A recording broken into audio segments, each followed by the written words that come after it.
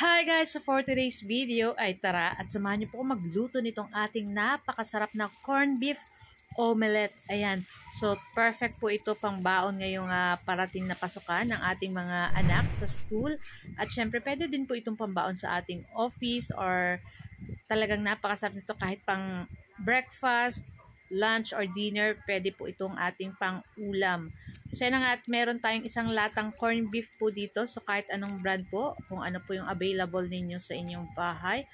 At syempre meron po tayong 3 pirasong itlog. Ayan, napaka-konti lang po ng ating ingredients dito.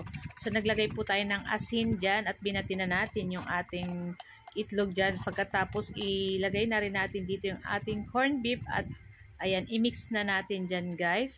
So, after nyan, maglalagay po ako ng cornstarch dito. Siguro mga 1 tablespoon or 2 tablespoon. Ayan, para maging crispy lang ng konti yung ating lulutuin na corned beef omelette. So, nasa inyo po kung ayaw nyo po lagyan ng cornstarch.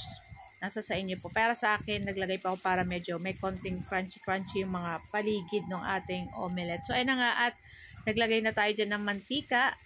At pag mainit na, ayan, ilagay na natin itong ating omelette. Ayan, napakadali lang po nito. At ito pong aking lutuan na ito guys is nabili ko lang ito guys sa Shopee. Napakaganda po nitong paglutuan at talagang napaka-cute kasi maliliit po yung maliliit lang yung circle nito guys. Kaya talagang pag binaon nyo sa school ng inyong mga anak nako, magugustuhan nila guys kasi diba tingnan nyo naman, oh. Very perfect yung paka-circle talaga nito guys. And syempre hindi dumidikit yung ating itlog dito pag dito tayo nagluto. So ayan na nga at luto na yung ating first batch na corned beef omelette. Ayan. Bigla ako nag-crave nito guys kasi nakita ko yung isang friend ko nag-post nito. Parang sabi ko ang sarap nun lutuin. Kaya yan yung aking niluto ngayon.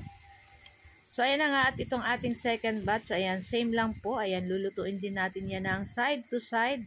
Ayan, babalabaliktad din natin. Nabubulol na naman ako. So, ayan, babaliktad din lang natin yan dyan, guys. So, yung ganito po, is madali lang naman po itong maluto. So, yung ganito, guys, ayan, pwede na natin to guys, ahunin. So, ayan yung ating second batch.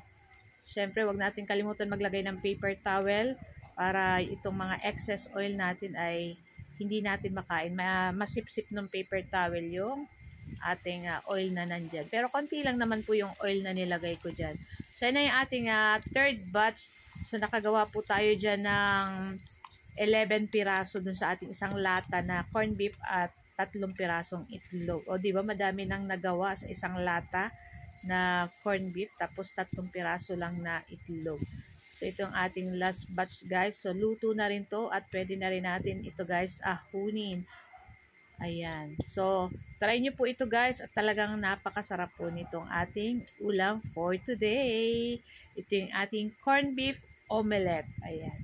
So guys, ito lang po ang aming video today at sana po huwag niyong kalimutan mag-like, comment at pa-share na rin po sana ng ating video.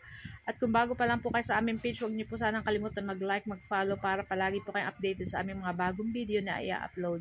So guys, thank you for watching and itry nyo na din po yung ganitong luto at talagang napakasarap at talagang magugustuhan ng inyong mga anak. Kasi yung aking 3 sons is nagustuhan po yung ganitong luto. So guys, tara at samahan nyo na po kaming kumain itong ating napakasarap na corned beef omelette.